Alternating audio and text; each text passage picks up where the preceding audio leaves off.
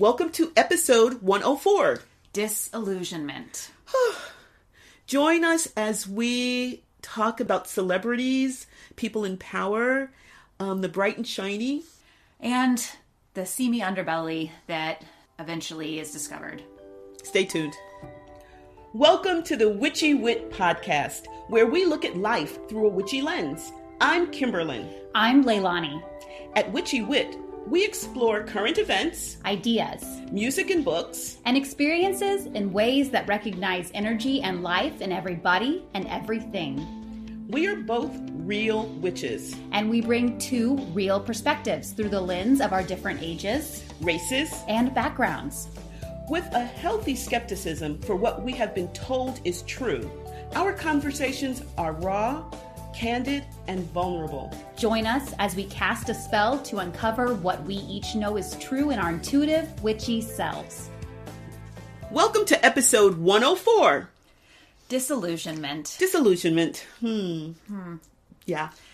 Yeah, it's going to be, I think this is going to be an interesting episode. A good episode. A good discussion, but a tough one. A tough one. Exactly. Exactly. So maybe before we dive into that toughness, we could take a moment to check in, and then we'll have that discussion. And then at the end of the episode, we'll wrap up with a poem that I find very meaningful. Good. Thank you. Okay. So before we start all of that, how about we check in? And Sure. Would you like to check in first? I'd love to check in first because this is going to resonate for people who listened to our tarot for the New Year episode.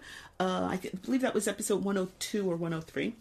And so I did, one of the spreads that I mentioned was the vision board spread. And actually an episode before or after that, I can't exactly remember, or maybe that episode, I mentioned the fact that I had been putting myself under a lot of stress to create my vision board for the year. And I gave myself permission to take my time. Well, I'm still taking my time. So I decided I'm going with the Lunar New Year.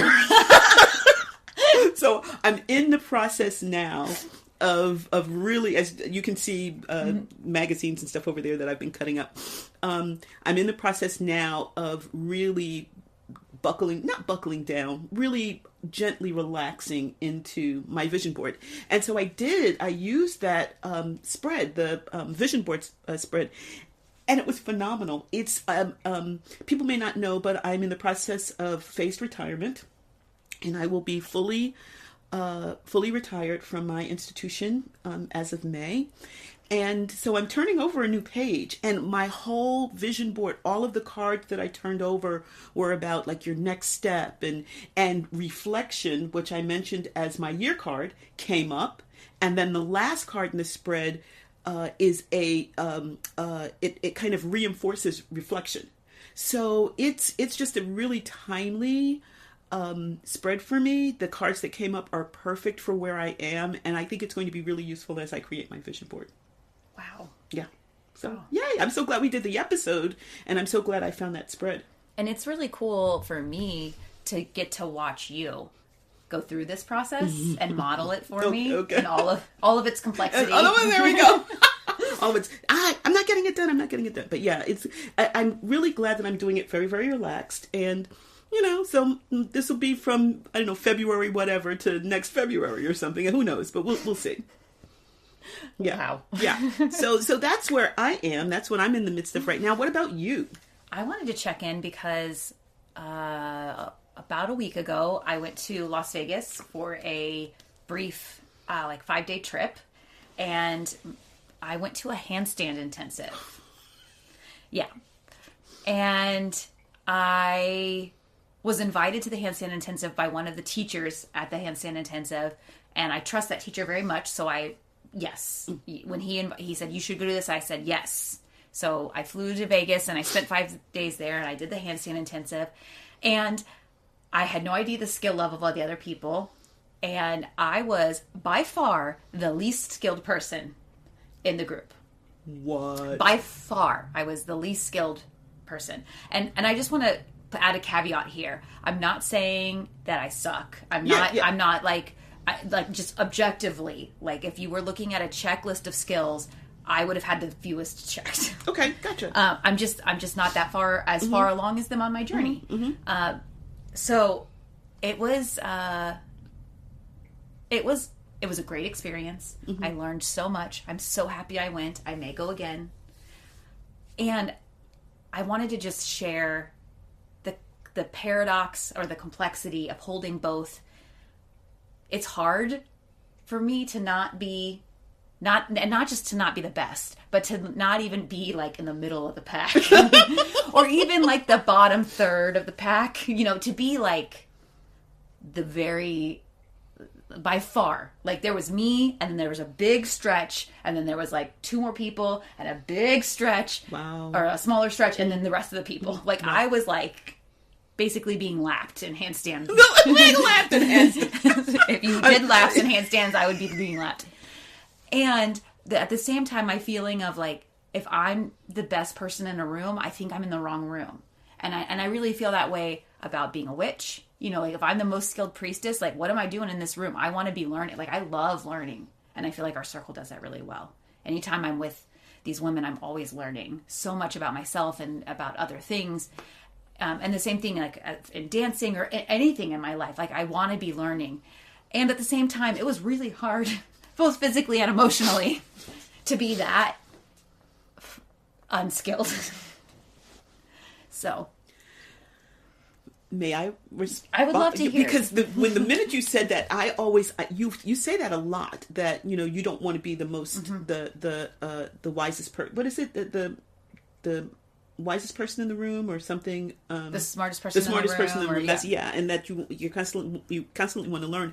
And I just pictured like this little kind of baby embryonic caterpillar Leilani with like 100 legs or something because you're a caterpillar, like kind of doing a handstand with some of them waving in the air, just kind of absorbing that energy. And I would imagine it's kind of humbling, but I of all the people who I think could go into that situation and suck it dry, you're the first person that I would think of that would be able to do that, even with the humbling and looking around and saying, wow, okay.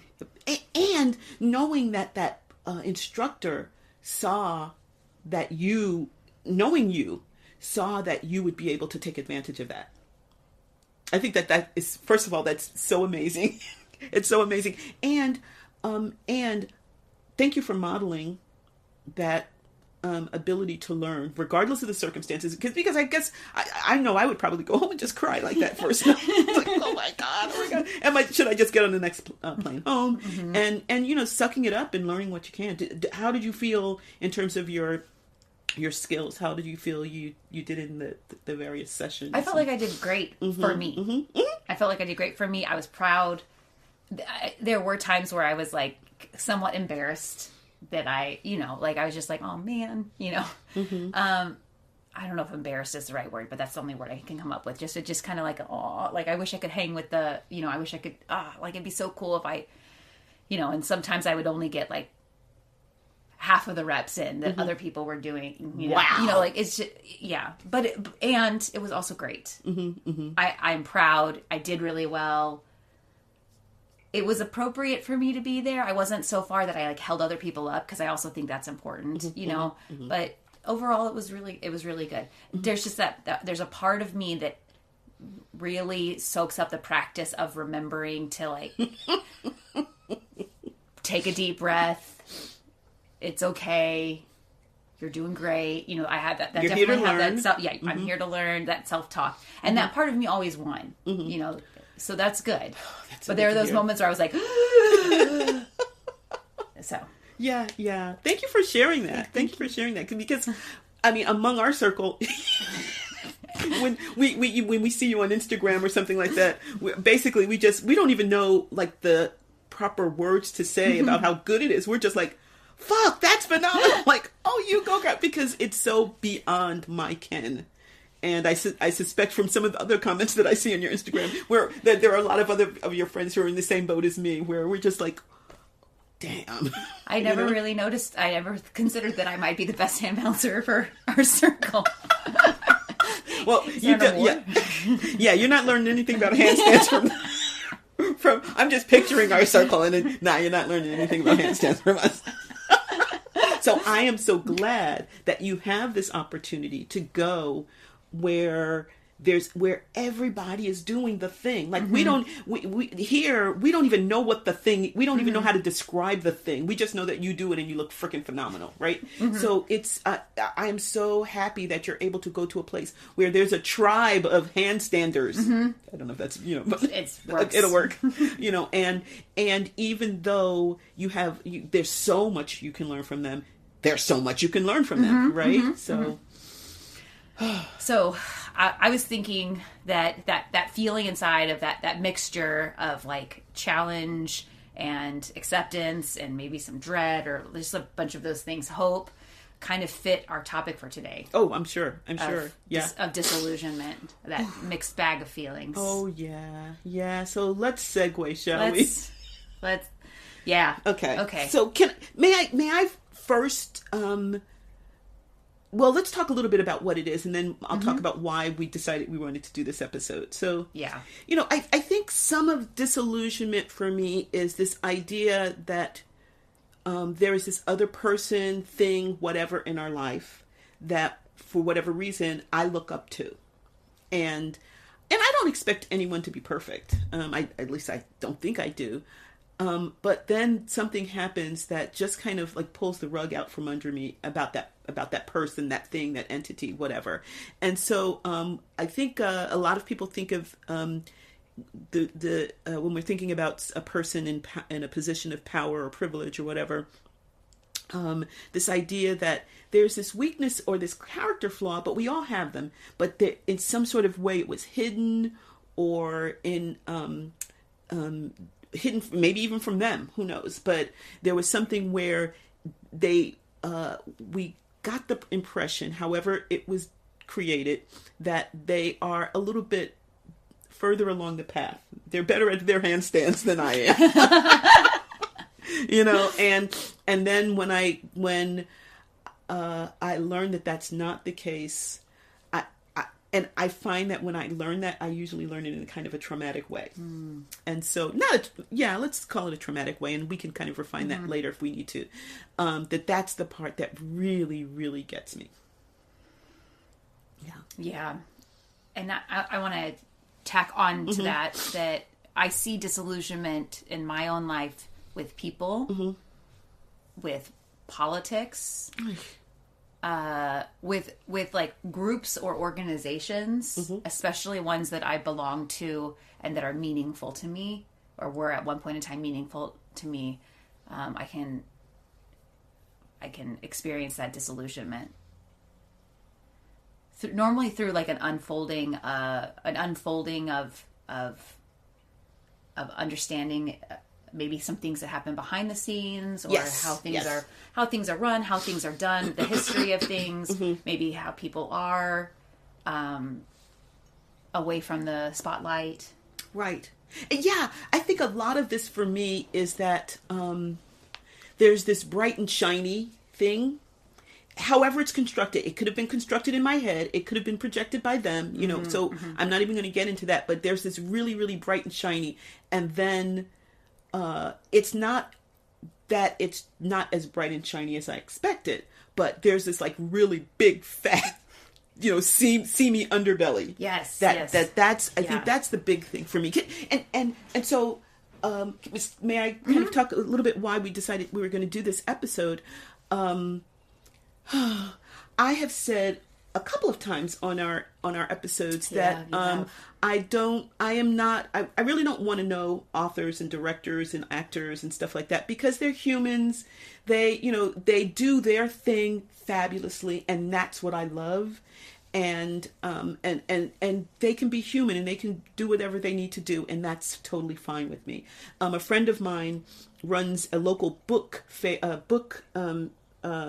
fair here, where we have, I think about 3 or 4 days where authors come in and they have sessions, and they do book readings, etc. And she always asks me if I want to come, because there's always some big names that, it's a pretty significant book fair, and she always asks if I want to be one of the volunteers because she said you'll get to meet your authors, and I said, I really don't want to. I really don't want to, because I don't want them. I want their books. I want the knowledge they give me, or the worlds that they create. I want that. I don't really need to necessarily meet them, right? So there was a couple of authors. Where are a couple of people in my life where I really wanted to meet, like if I had the chance to meet them, I would take it in a heartbeat. And we've actually talked about this on our favorite episode, I think. We really have, and you really did talk about this exact situation. Oh my gosh. So the person, I guess it's okay for me to just, to say the name. Yeah. So it's the author Neil Gaiman. I've joked, like I would have I can't have his firstborn because he has many borns, but I joke about how I'd really just want to spend time with him because he writes in so many different genres, and he writes so clearly. He writes about mythology. He digs beneath the surface. I mean, he's just such an insightful and incisive writer. I don't think there's anything that he's written that I haven't loved. And what was about 3 weeks ago now, 3 or 4 weeks ago, it was just, I think it actually surfaced last year, but it was kind of, it reared its head and then it sunk back down, where it's discovered that he has, it has been alleged, I'll keep it like that, that he has sexually molested a number of women. To me, there's not degrees of sexual molestation. I think there might be, like, legally, but I mean, he was also like degrading. He was also humiliating them and things like that. So at least that's what was alleged. And I was, I got this huge article and I was reading, and my mouth would just drop further and further and further and further. And it was so appalling to just read, even if half of, I'm not blaming the victim or anything like that. Even if half of that was made up, let's say maybe half of that is made up. The rest of it is still, it's insidious and it's disgusting. And he said that all of these relationships were consensual. And I am not a legal entity. I'm not a court, and I don't even profess to know all the ins and outs of this. But I think the part that really gutted me was that he is not even pretending to say, maybe this is a big one. Maybe they took it the wrong way, or maybe I intended this or whatever. And it didn't come across that way. And there was not even that. There wasn't even play acting at that. It was just, it was consensual. So anyway, that's why we started this. I think I texted you something, and you did. And you did. And I actually had seen that article a few hours before and put it in the thing to text you. And then I was like, no, don't do it. You'll destroy her. I really was like, she needs to either find it herself or I need to be in person. Thank you for your sensitivity. Because I think my text was like, I'm just like how gutted I was. Yeah. But my first thought was like, oh shit. Because I think we had just recorded an episode where you said, I don't want to meet anybody because you never want to meet people that you care about, because that you care about their work, because it's just a shit show. But then there's just one person, and it was him, and then bam. I think maybe I cursed him. I don't know. Oh my gosh. Ay vey. So anyway. And then at the same time that was happening, I was also having a parallel experience. Yeah, you want to? With my perception of him is he was a podcaster, or he was a podcaster, and his podcast was all about tonic masculinity or positive masculinity. Oh right, yes. I remember after you mentioned it. I love it. It's great. There's two men on it mostly, and then a woman who is a self-described intersectional feminist. And they have really great discussions. And these men are all about feel your feelings and like respect women, respect everybody, respect the LGBTQ community, just the really positive, healthy masculinity. And then so his name is Justin Baldoni. Then he was in a movie called It Ends With Us, which was based off of a book about domestic violence. And and I didn't see that movie for personal reasons, but I like really supported it. Mm-hmm, mm-hmm. And then this sounds so silly, but I'm just going to say it.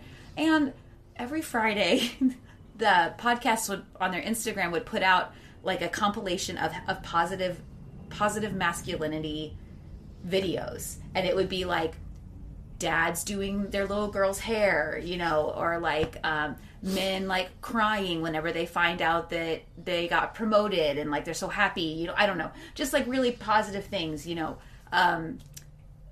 dads getting excited about having babies mm-hmm. and their reactions to finding out that their wives are pregnant, or, you know, just like really positive things. And I would look forward every Friday to that coming out. Wow. Because I loved it. And my partner and I would sit together and we would look at the videos and talk about them. And it just seems kind of silly, but it was like something that was really, something I really looked forward to. And then, much like you, there's these allegations, allegedly, that he did these things to his co-star in that movie, Blake Lively. And it just really broke my heart because I was really all in on them. And not only like was he supposed, and also the co-person also did stuff too, but like not only was he supposed to be good, but like he had a whole platform built around it. Like, yeah. We Are Man Enough is the name of the podcast, about we are man enough to be supportive of other people, and then to find out that he allegedly did these things.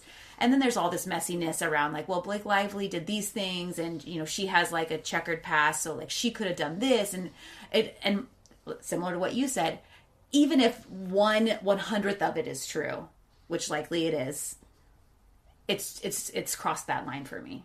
Right. So then I just feel this disillusionment of like, well, fucking A, man. Like, can I not, if I can't trust a person who claims to be, you know, all these things and builds the whole thing around, this is who I am, and I'm here to support women, and I'm here to support the LGBTQ community, and, you know, men should have space to feel their feelings, and then he like goes and allegedly does all this stuff. I'm like, well, what the fuck, man? Right. Yes. And so here's the thing. As we hear this, I think the biggest thing for me is not that they messed up, but the image was, I mean, they did something that was in direct opposition to this image that has been created by whoever. Wow. But right, it's not even so much. Yeah, I mean, it would, you know, oh, I'm an alcoholic, or I do this, or I do whatever. Or, you know, or I, you know, I treat my mom like shit, or, you know what I mean? All of these things, but he has built a persona around this supportive, I think they call themselves male feminists or something like that, or boy, I can't remember there's a term, but male feminism, and, you know, this idea of really being supportive of women, and this is what he does. Allegedly. This is what he allegedly does. Right. Yeah, because this is a public forum. But, you know, this is, and that's the part that's so disheartening. I think for me, like, and the same with Neil Gaiman, it's just that,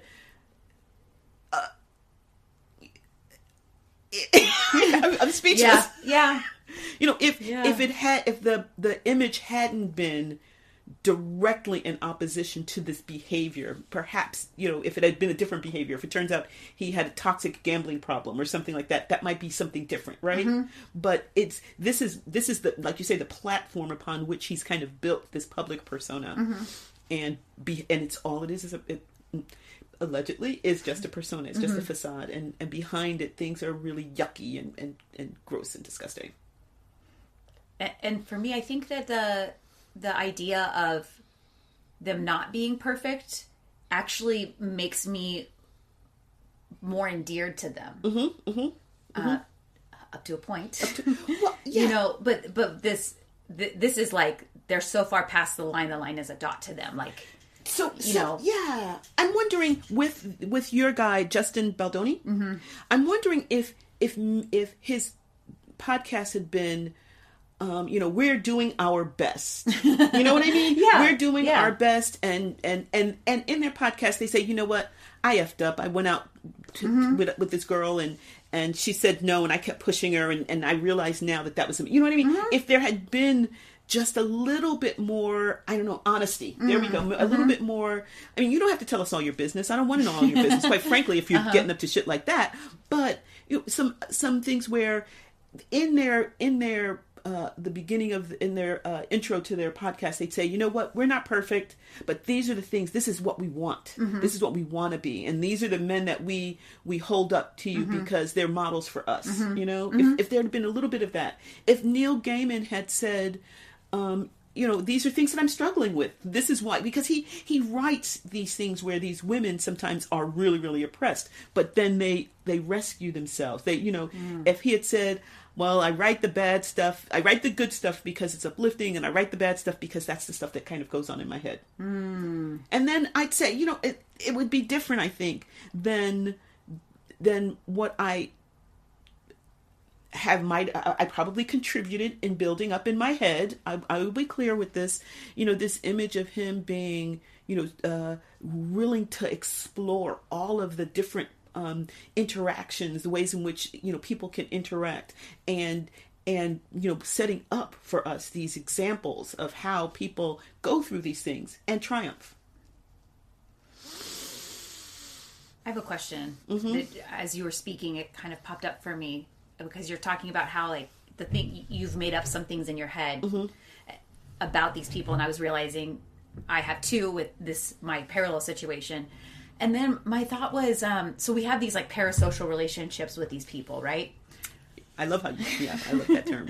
So, I'm wondering if, because they're parasocial, I'm filling in these gaps and constructing it, and maybe that's part of the reason why it hurts, why I'm grieving.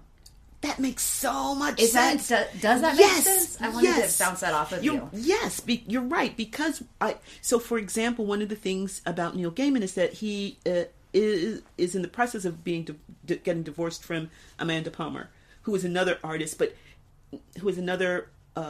She's a musician, artist, writer, etc.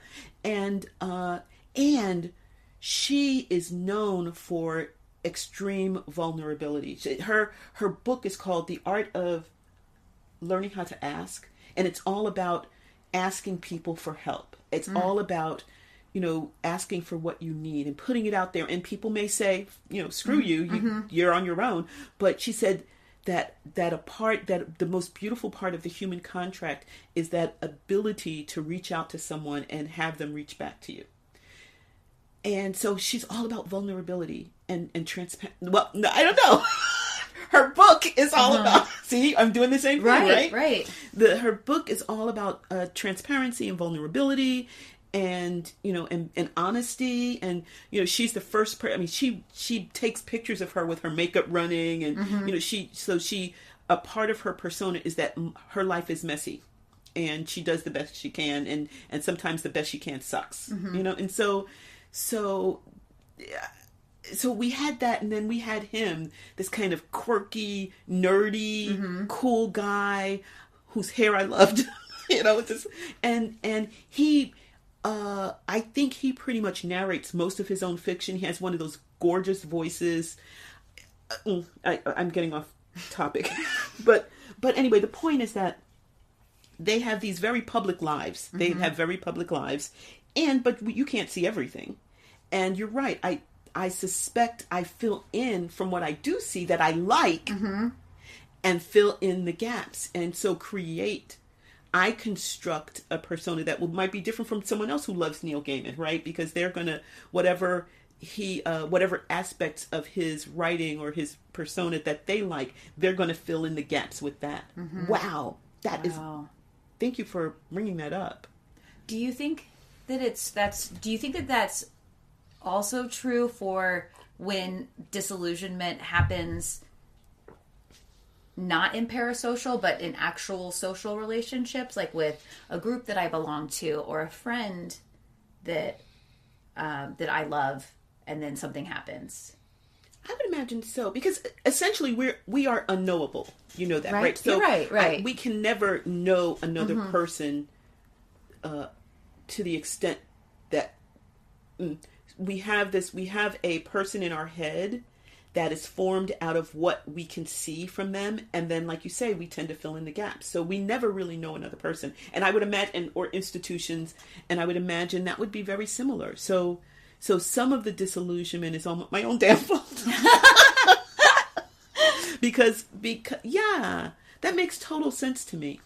And I'm also wondering, though, like, I don't want to stick my head in the sand, but I also don't want to walk around and not trust anybody or anything for fear that they're going to create a situation that we'll all be disillusioned.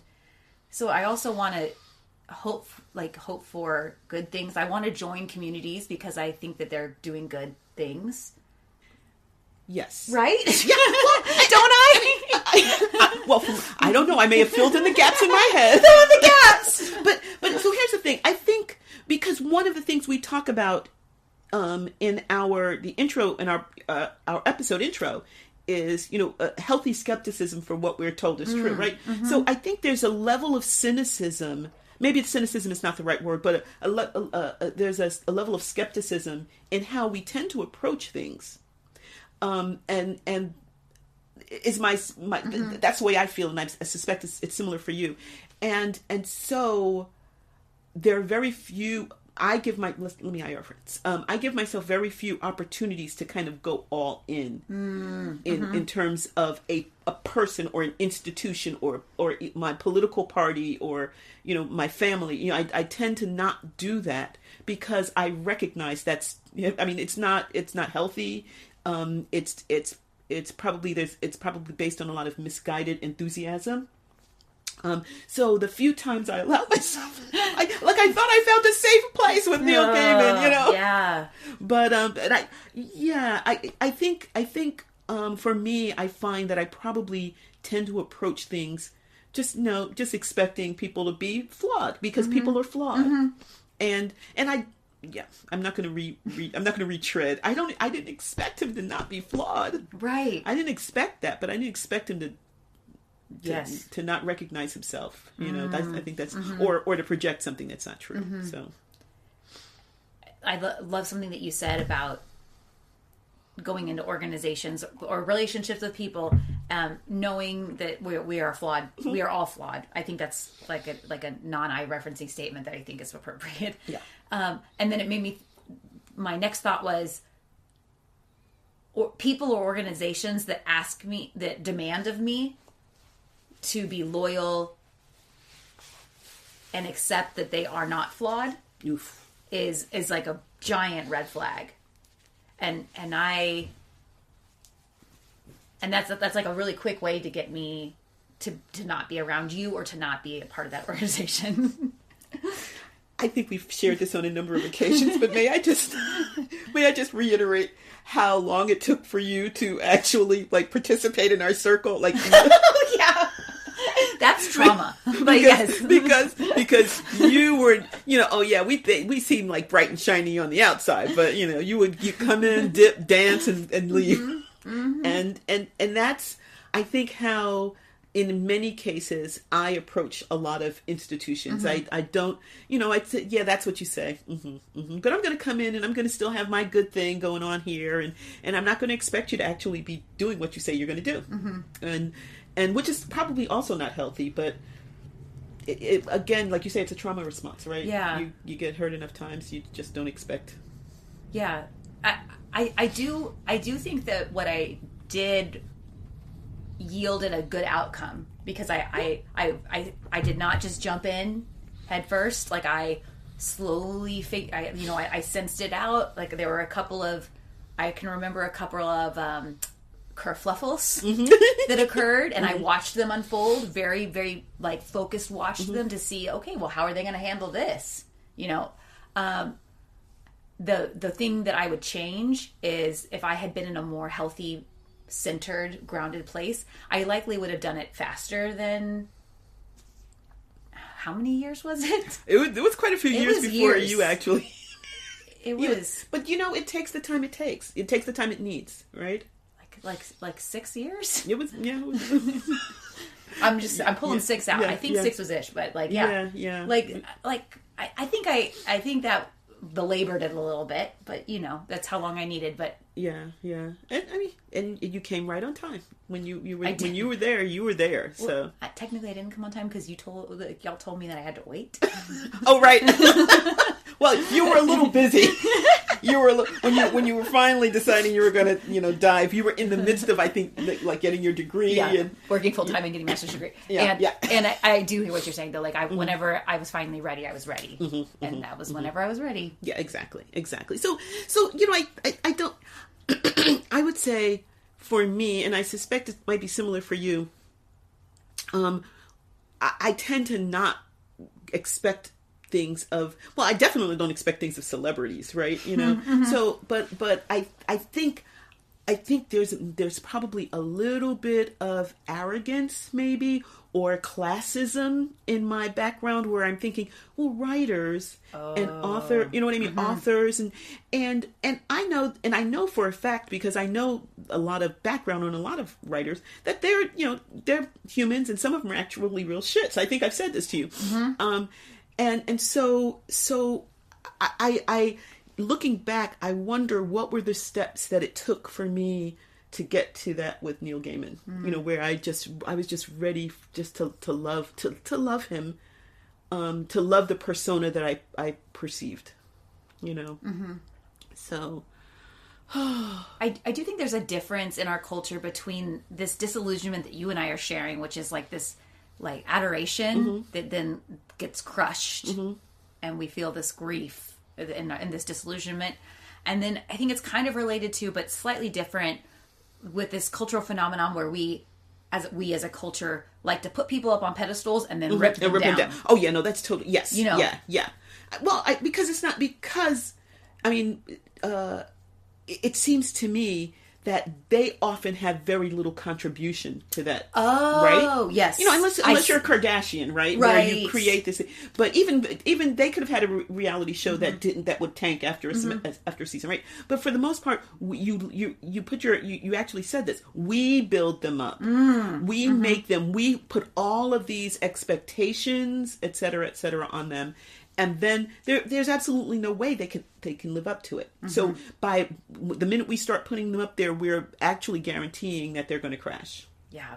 Oh, wow. Yeah. Yeah. Thank you for pointing that out. Yeah. So I think, so here's the thing, because, we're going to, I don't want to keep retreading this, but one of the things that I think destroys, that creates the disillusionment for me, I wanted to add this, is that in many cases, these are people who have abused their privilege. So I think with Neil Gaiman, he gets these women who are going through emotional stuff. He allegedly, this is from theirs, from the allegations, and then he takes advantage of them. He puts them in positions where, they're either financially dependent upon him, or their reputations are dependent upon him, or whatever, according to their claims, and he takes advantage of that. And every time that this happens, for me, I think that's the part that's most destructive. Not that, you can be. I mean, I don't even know if he's a sexual deviant. I don't know what they have claims, etc. But you can have your needs and desires, etc., and as a human being interacting with another human being, there's a level of honesty and transparency that it seems to me a relationship requires. And if you're not willing to give that, and you're also in a position of power, then that's when things get really, really murky. Yeah. Yeah, I agree. It's that bait and switch of, like, for me, for Baldoni being like, I have this podcast. I'm a man, and I am comfortable with my masculinity, so comfortable that I champion women, and I think that men should feel their feelings, and I'm going to talk real vulnerably, and then I'm allegedly going to do all these horrible things. Right. And I feel this whiplash of this bait and switch. So let's talk a little bit about that, because I remember this discussion coming up when Bill Clinton and Monica Lewinsky situation arose. And I think for so many people, you wonder, Bill Cosby, or these like. Are you an idiot? Like, how did you think this was not going to come out? Like, how did you think you could, how long did you think you could get away with this? But I think what happens is these people become so, they like start to believe their own hype. They become so divorced, so isolated from reality. In some cases, they're surrounded by people who basically just tell them, you are perfect, you are wonderful, you are the God's gift to whatever, and so they start to believe it. And because there's absolutely no way, to me it seems like Justin Baldoni could behave the way he did on set and it not come out. I mean, did he you almost like look at them like, what kind of idiots are you? Yeah. And it's they're not stupid people, but they are living in this bubble that's been created by the people around them. Maybe I've contributed to it too. Right? This bubble of privilege and place and power. The 3 Ps. The 3 Ps. Yeah, where they just it doesn't even occur to them that someone might say, you know what, you're fucking nuts. What the hell are you doing? Yeah. I mean, what's his name? The golf player, Tiger Woods. Yeah. Same thing. You hear these stories and you think, how long did you think you could keep those plates spinning in the air? And without them crashing? And so I think it's this kind of and that's a part of celebrity too. That's one of the twisted parts of celebrity, that these people become isolated from reality and from the real world. And so I'm not saying it's not their fault. I mean, it is their fault. It's not their fault. There's plenty of blame to go around, right? But I suspect that after a while, it never even occurs to them that, maybe I should get consent. Maybe I should actually ask instead of assuming that she really wants me to, to beat her and throw her in a bathtub. So was that one of the things? That was one of the things. Oh my gosh. Yeah. I did, honestly, I stopped reading. So I was just like, man. Yeah. I know. I don't know if I actually ever finished the article, because I'd read a little bit and then I'd just put it aside. And then I'd read a little bit more and then I'd put it aside. Yeah. So maybe we could chat about how do we incorporate this into our lives? So because this is one of the things I'm struggling with. So for me, I know that I don't want to ignore it. I know that I want the information, that I want the truth, even though I'm struggling with it. So because I believe that ignoring it is I might as well, I am propping up the perpetrator by ignoring it. Yes. And I believe that with celebrity, with organizations, with people in my life, if I'm not actively supporting the person who's going through something or whatever, I'm helping the perpetrator. So I'm clear on that. Where I'm not clear is, how do I separate the art or the product from the person? Like with J.K. Rowling. I still don't know. I don't have a good answer. So I think some of it, and this is where I think I differ from a lot of people. I am not a real fan of cancel culture, to be honest. My thinking is that when you're trying to avoid any sort of sign of people who have done harm, you're kind of not participating in it, but you're hiding it, and that the conversation needs to keep being had until people stop doing it. That's my thinking. So I don't feel you try to cancel them. And I recognize that their work is different from them. And this is where it gets convoluted, because I'm a Libra, so I can see all these sides. And that by buying their work, however, you are supporting them. You can divorce them from their work, but by buying their work, you are supporting that person. So I probably, my answer is probably, I don't know what to do, but I still feel, it's going to be a while before I read Neil Gaiman again. But I will read Neil Gaiman again, because some of that writing is fucking brilliant. And And yeah, so I don't think trying not to be involved with their product is necessarily a solution. I do think that in any way participating in the hype that supports them as individuals is not a part of my life. I won't do that. I will not do that at all. So I don't know if I've kind of answered that question. Can I ask you some Sure, questions? And sure. I'm not meaning this like this is not a gotcha. This is a yeah. I'd love to hear this. Yeah, okay, yeah. so like if you were a part of like a Neil Gaiman fan club, you would probably leave. Oh yeah, okay, yeah, for sure. Yeah. But here's my question. Let's say you have a Neil Gaiman book on your bookshelf. Mm-hmm. You have a Neil Gaiman book on your bookshelf. Mm-hmm. You would be comfortable reading that book, but would you go purchase a new Neil Gaiman book from there's these bookstores, they're like stores that they sell books. It's like things that you can actually yeah, you can hold them in your hand. Yeah, it's like Amazon, but you like go there in person and they have all these books. They have all these things. They're these things that are paper. Yeah. So like, would you buy a new Neil Gaiman book? I don't right now, no. But I can't speak for how I will feel eventually. I'm kind of in a happy position in that I have pretty much all the books, but I'm sure he's going to continue. I mean, he's not dead. He's going to continue to write. I just personally, I have some processing to do around him as an individual before I can go back to the products of his work. So maybe right now, if I had to commit right now, I'd say no. But I recognize don't ever say never. Sure. So does that make sense? Mm-hmm. Yeah. And I asked that partially because I'm curious, and also partially because I don't have the answers for myself. I was going to ask how. Yeah. Like, are you going to listen to the podcast? No, like that, and that's an easy give up for me.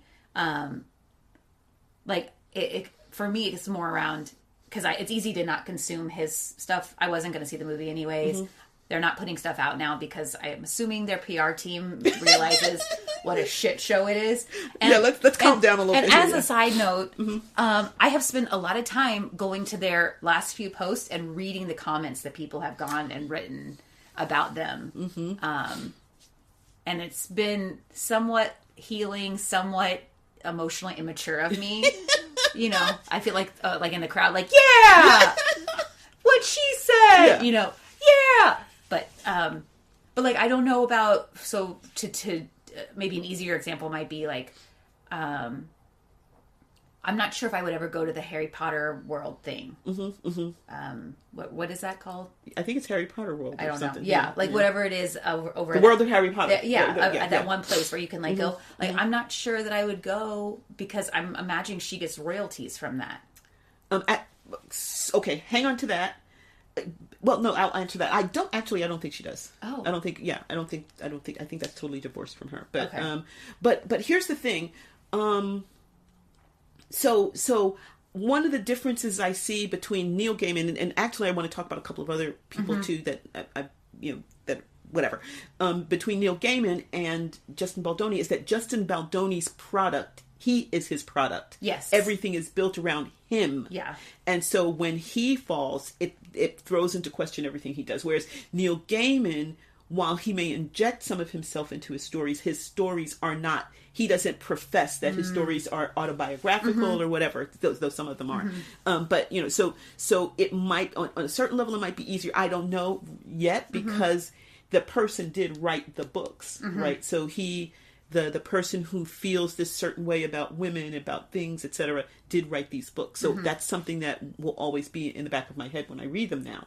But it might be clearer in some cases where their work exists on the platform, that the persona that they've developed. Right? Yeah, that makes sense. And back to J.K. Rowling. There's I see this because I'm in the fan fiction community. So many people, we still write fan fiction, Harry Potter fan fiction, and instead of the disclaimers used to be, we do not own these characters, they belong to JKR, Scholastic, blah, blah, blah, blah. We make no money or whatever on this work. Now it's like, fuck you! So you created this thing, but you're a dick or whatever, so, or basically the disclaimers are, and we in no way support this person's attitudes about, So, people do address it in certain areas. I don't know, like out in how people who are not constantly interacting, like say with her work through fan fiction, they might say, you know what, it was a wonderful time in my life, and those books I just won't read those books again. I think that's kind of cool though, like a reclaiming of it, almost like you like we're gonna take what you created and we're gonna make it. Oh, very subversive. I think that'd be great. They've got LGBTQ people, right? Let's like trans add some trans people in there. Like, let's just really like make it awesome. Yeah. So she's never liked the fan fiction ever, but which is fine. Which is fine. So we know she's not reading us, but I don't know why not, but yeah. So there are people who we still interact with the issues that have come down because of her, and as you know, actors they've all had their say and stuff like that. So which is nice to see, but and so on a certain level, I guess I could read her books again. There's the reason we write fan fiction is because we see all the problems with the books, so maybe not, but I get that is I think it's a long-standing question. May I talk a little bit about people who I've worked kind of through these things with? Oh, I would love to have that modeled for me. Yeah. So, well, I've put in our outline a couple of people, and one is, I'm going to talk about C.S. Lewis. So, are you familiar with the author? Okay, so Narnia, Screw Tape Letters, a whole bunch of things. I've had this very complicated relationship with C.S. Lewis. When I first started reading him, I was a very staunch Christian. And so a lot of his writings really, really resonated for me because he was very tongue-in-cheek, kind of cynical, and he was showing how, the things Christians say and the things Christians do, so it was perfect for me as an explorer and someone who was constantly questioning. And then I moved away from that. And so for a long, long time, I didn't read C.S. Lewis. And, I'd read like the Narnia stuff, but, I thought that was pretty heavy-handed, Christianizing and et cetera, et cetera. But as I've gotten older, what I've seen, and I don't know, I just read a few biographies of him, and again, filling in the blanks, filling in the spaces. I've come around to not agreeing with a lot of his philosophy, his thinking, etc., but being able to go back and appreciate his stuff again. And I think a part of that is because in reading the little bit that I know, I'm doing quote marks here, that I know about him, he has never professed to be anything than what he was. And so he started out as an atheist, or I guess maybe as a child, whatever. And then in his teens and 20s, he was an atheist, and he said he was basically angry at God for not existing. So I mean, so this is the type of and then in his 30s, when he met Tolkien, that whole crew of British writers, he came back to the fold, and I think he actually professed Christianity or whatever. And his writing is a reflection of that time, where there's stuff that's kind of misogynistic. There's stuff that is racist, not so much racist, but classist maybe. And maybe some people might argue that there's some racism and etc. And I can still read him. And I wondered about that. I don't know. I can't quite put my finger on all of the things, but I think the biggest thing for me is that he wasn't trying he wasn't trying to be something that he's not, and his writing reflects that. And so he's kind of here I am, do with it as you wish, that, and I think that that's one of the reasons why I could come back and read and see that his writing as well as he is flawed, and still find it still get something from it and enjoy to read it. What do you have? Could you explain the Maya Angelou? Oh, Maya Angelou. So Maya Angelou is someone who's kind of like Justin Baldoni in that she was her product. Most of her writing was autobiographical.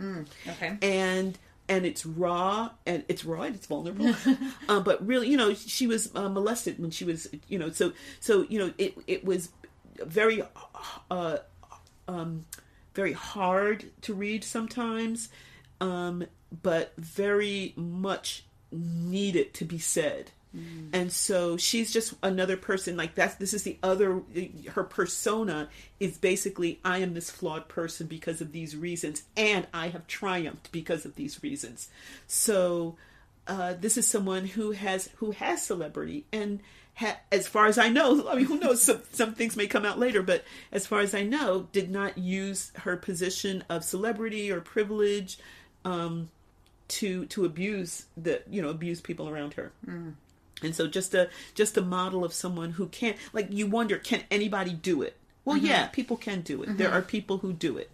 And, another person, you might laugh at this, but someone that I just think, she just does the best she can. Dolly Parton. I just think, she's like, however you might feel about her or whatever, there are people who are, who can become super wealthy, super well known, and it doesn't screw up their heads. I don't know everything about her. I don't know a lot about her. She's also not my type of music or my type of look. Like, I'm pretty disconnected from that. But, like, some things I do know about her, I love. Like, the number of children's books she sends to people. Like, Brene Brown loves her. Brene Brown loves Dolly Parton. Well, See, and I'm sold. Oh, now, okay, Brene Brown. Oh, my God.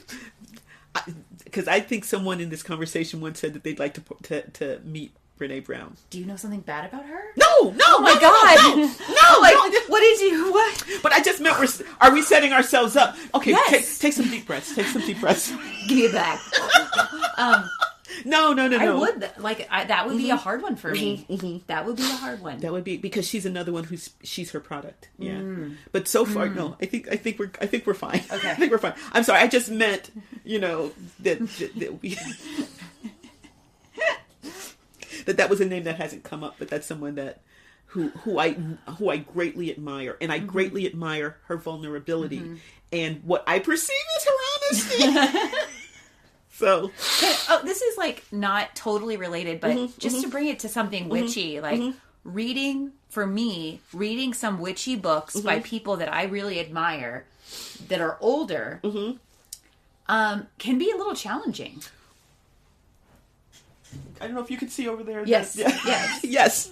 It can, and I think I'm currently going through something in my own heart and mind where I'm like, so do I throw out the whole book, or do I throw out my whole relationship with person? Do I cancel them in my own life, or do I think of it as a product of the time and have some grace for that, but also demand in my current space that the things that I now know better, I do better with.